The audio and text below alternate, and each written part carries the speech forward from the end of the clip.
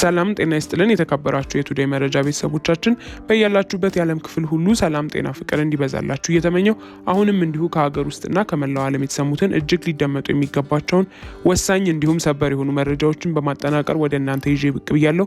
እናንተም ክቡራን አድማጮች ለጥቂት ደቂቃ እስከ ፍጻሜው አብራችሁኝ በመቆየት እነዚህን ወሳኝ የሆኑ መረጃዎች እንድታደምጡኝ እየጋበዝኩኝ ቻናላችንን ሰብስክራይብ በማድረግ ቤተሰብ ይሁኑ እያልኩኝ ለሰዓቱ ወደ አጠናቀርኩላችሁ ዝርዝር መረጃ በቀጣይ ማቀና ይሆናል። እስከ ፍጻሜው አብራችሁኝ ቆዩ።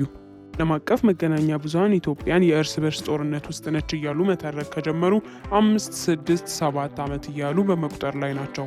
የዓለም ዲፕሎማቶች የሚታተሩት አብይ አህመድ በህዝባቸው ላይ የከፈቱትን ጦርነት ለማስቆም ከሆነ ውሎ አደረ።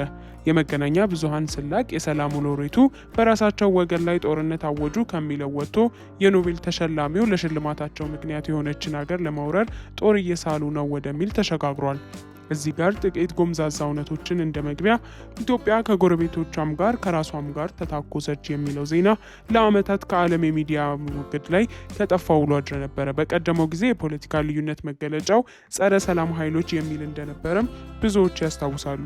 ጦርነት ቀሰቀሱ፣ ህዝብን ከህዝብ አጋጩ በሚልም ሰዎች ባደረጉትም ባላደረጉትም ይታሰሩ እንደነበረም አይዘነጋም። ይህም የሚነግረን የሀገሪቱን ህዝብ መንግስትና ፖለቲካ የቆመበትን ምሰሶ ነበረ። የአብይ አህመድ አገዛዝ ወደ ስልጣን ከመጣ ወዲህ ግን ሰዎች ፍርድ ቤት የሚቆሙት ወይም የሚገደሉት አለያም ደብዛቸው የሚጠፋው ካልሆነም እንደ በርቶ ዴሳ የሚሆኑት ሰላም ይምጣ ጦርነት ይቁም ሲሉ ብቻ ነው። በኢትዮጵያ ታሪክ ለመጀመሪያ ጊዜ ሰዎች ጦርነትን በመቃወማቸው መገዳደልን እምቢ በማለታቸው ለእስራት የተዳረጉት በዚሁ በአብይ አህመድ ዘመን ነው። ሰዎች ጦርነት ይቁም ሰላም ይምጣ የሚል ሰላማዊ ሰልፍ ለማካሄድ ገና ጥሪ እያደረጉ እያለ ለጥቂት ቀናት ውስጥ ወደ አዋሽ አርባ የተጋዙት ለመጀመሪያ ጊዜ በብልጽግና ዘመን ነው። የብልጽግና አገዛዝ ሰዎችን በጸረ ሰላምነት የሚከስ ሳይሆን በጸረ ጦርነት የሚወነጅል ነው። ጦርነቴን ቀማችሁኝ፣ ጦርነቴን አቁም አላችሁ ብሎ በርካቶችን አስሯል፣ ገሏል፣ አሳዷል። ይህ ድምዳሜ ተራ ፍረጃ ሳይሆን ከአገዛዙ ፍርድ ቤቶች የፖሊስ ምርመራዎችና ጠቅላይ ሚኒስትሩን ጨምሮ አያሌ ባለስልጣናት ካደረጉት ንግግር የተወሰደ ነው። እቴን ተቃወማችሁኝ ብሎ ሰዎችን የገደለውና ያሰረው የብልጽግናው አገዛዝ ጦርነት አቁም ያሉትን ዲፕሎማቲክ ኃይሎች በጠላትነት ፈርጆ እንደነበርም መንጋነት የበረድላቸው የቀድሞ ተደማሪዎች አይዘነጉትም። በየትኛውም ዋጋ ሰላም ያለውን ጠቀሜታ ማንሳት ለሀገር የሚበጅ ነገር ቢሆንም በብልጽግና ዘመን ግን የሚያሳስርና የሚያስገድል መሆኑ ሳይበቃ ዓለም አቀፍ ስምን ያወየበ ሆኗል። በብዙ ዋጋ የተገነባ የሀገር መልካም ስምና ሰላምም በመልከጥፉ ሰዎችም ጠፍቶ ኢትዮጵያ በልማት ሳይሆን በጦርነት የምትታወቅ ከሆነች 8 መስከረሞች ጠቡ። በጎረቤቶቿ የምትታፈርና የምትከበር ለአፍሪካም የምትከራከር በአፍሪካም የምትወከል ኢትዮጵያ ሳትሆን ጎረቤቶቿን ለመውረር የምትነሳሳ ስሟ በነጋ በጠባ በእርስ በርስ ጦርነት የሚነሳ ተብላ ነጩም ጥቁሩም የሚወነጅላት ጦረኛ ሀገር ሆናለች። በእርግጥ ይህንን ዜና ከ8ና 7 ዓመታት በፊት በአልጀዚራም ሆነ በሲኤንኤን ወይም በቢቢሲ የሰማ ሰው አለን ብለን ብንጠይቅ የለም። የአብይ አህመድ አገዛዝ የሶማሊያ ሉዓላዊነትን ገሰሰ፣ ኤርትራን ለመውረድ እየተዘጋጀ ነው፣ የሱዳንን መንግስት ጋብዞ የሀገርን ግዛት ካስወረረ በኋላ ተካክዶ ተወነጃጀለ ወዘተ የተባለ የሚነገርለት የሚዘገብለትም ሆኗል። በእርግጥ በኢትዮጵያ ውስጥ ሰላም ይምጣ ብሎ መጠየቅ አላስገደለም አላሳሰረም ወይ? በእርግጥስ ሰላም እንዲመጣ የጠየቁ ጦረኝነትን ያጋለጡ የውጭ ሀገር ዜጎች ሳይቀር አልተባረሩም ወይ? የኢትዮጵያ ኢንቨስተሮች የሚጎርፉባት አገር ከመባል ጦርነቶች የሚፈለፈሉባት ምድር ወደ መባል አልተቀየረችምን? በእርግጥ ይህ መንግስት ጦርነቶችን ሳይፈልጋቸው የተነሱበት ከሆኑ ለምን ጦርነት ይቁም የሚሉ ሰዎችን ከከተማም ከገጠርም እየወሰደ አሰረ፣ ገደለ? ይህ ሁሉ ለአንድ ሀገር ወዳድ ዜጋ ለአንድ ሰላም ወዳድ ፍጡር የሚያስቆጭና የሚያበሳጭ ነው። ኢትዮጵያን የሚመለከታት እንደ ኢራቅ ነው። ይህንን የተናገሩት የአሜሪካው ፕሬዝዳንት ዶናልድ ትራምፕ ረዳትና የጽህፈት ቤታቸው ምክትል ኃላፊ ስቴፈን ሚለር እንደነበሩ አይዘነጋም። ላይ ካለው አደገኛ የጸጥታ ችግር እንዳለባቸው እንደነ ኢትዮጵያና ባግዳድ ከመሆናችን በፊት የተወሰደ እርምጃ ነው። የጸጥታ ኃይሎቻችን ከተለመደው ለየት ያለ ስምሪት የወሰዱት ዋሽንግተን ዲሲ እንደ ባግዳድና እንደ ኢትዮጵያ ከመሆን ለመታደግ ነው።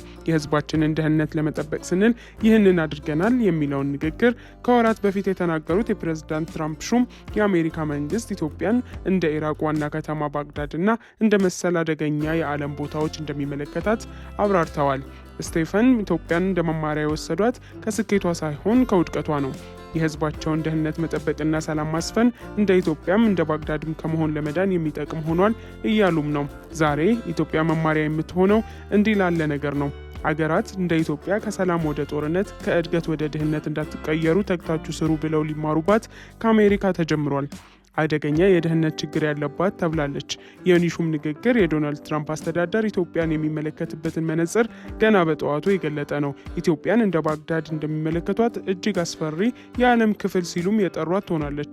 እንዲህ ባለ መልኩ ኢትዮጵያን የሚመለከተው የአሜሪካ መንግስት የኢትዮጵያ ፖለቲካ ኃይሎችን በአዲስ አበባው ኤምባሲ በኩል ማነጋገሩ ተሰምቷል።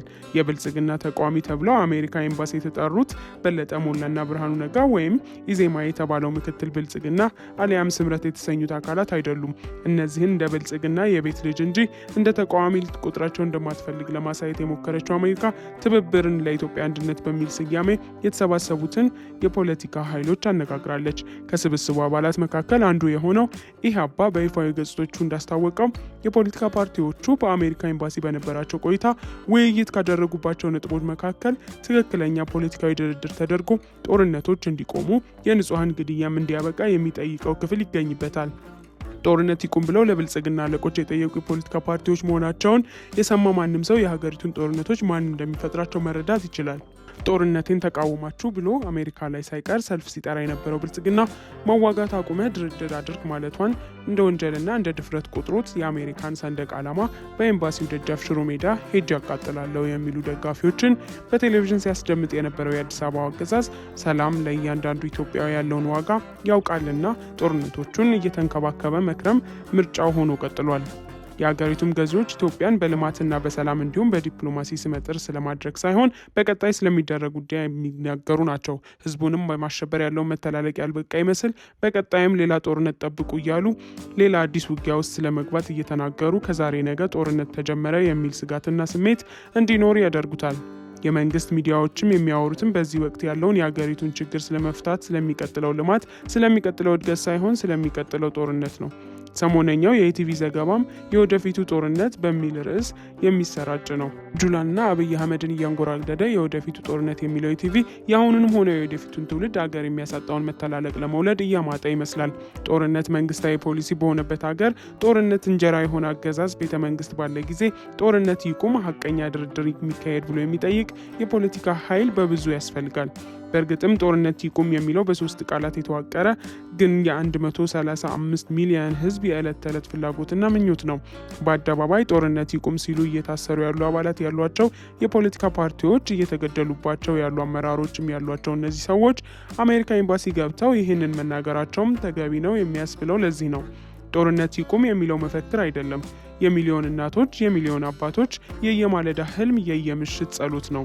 ቤተሰቦቻቸው ታግተውባቸው ገንዘብ እያሰባሰቡ ያሉ፣ ልጆቻቸው እንደወጡ የቀሩባቸው፣ በጦርነት እሳት የሚለበለቡ ሚሊዮን ወገኖቻቸውን ያጡ ኢትዮጵያውያን ጦርነት ይቁም ተብሎ መነሳቱን ሲሰሙት ተስፋ ቢያደርጉም ልክ ናቸው። ሞት የሌለበት ሀገር የለም። የሰላም እጦት ያለው አእምሯችሁ ውስጥ ነው እንጂ ሀገሪቱ በታሪኳ እንዳሁኑ ሰላሙን አታውቅም። ዓለም እየመሰከረልን ነው፣ የመጣና የሄደ ሁሉ እያደነቀን ነው ለሚሉት ገዢዎች ግን ሌላም ዓለም የሚረዳችሁማ የሰላም ችግር ያለበት አደገኛ ሀገር አላችሁ ብሎ ነው የሚል መልእክት የአሜሪካው ፕሬዚዳንት አማካሪ ተናግረዋል። አሁን ደግሞ ጦርነትን አስቁሙልን ተብለው በኢትዮጵያ ፖለቲካ ፓርቲዎች የአሜሪካ መንግስት ባለስልጣናት ተጠይቀዋል።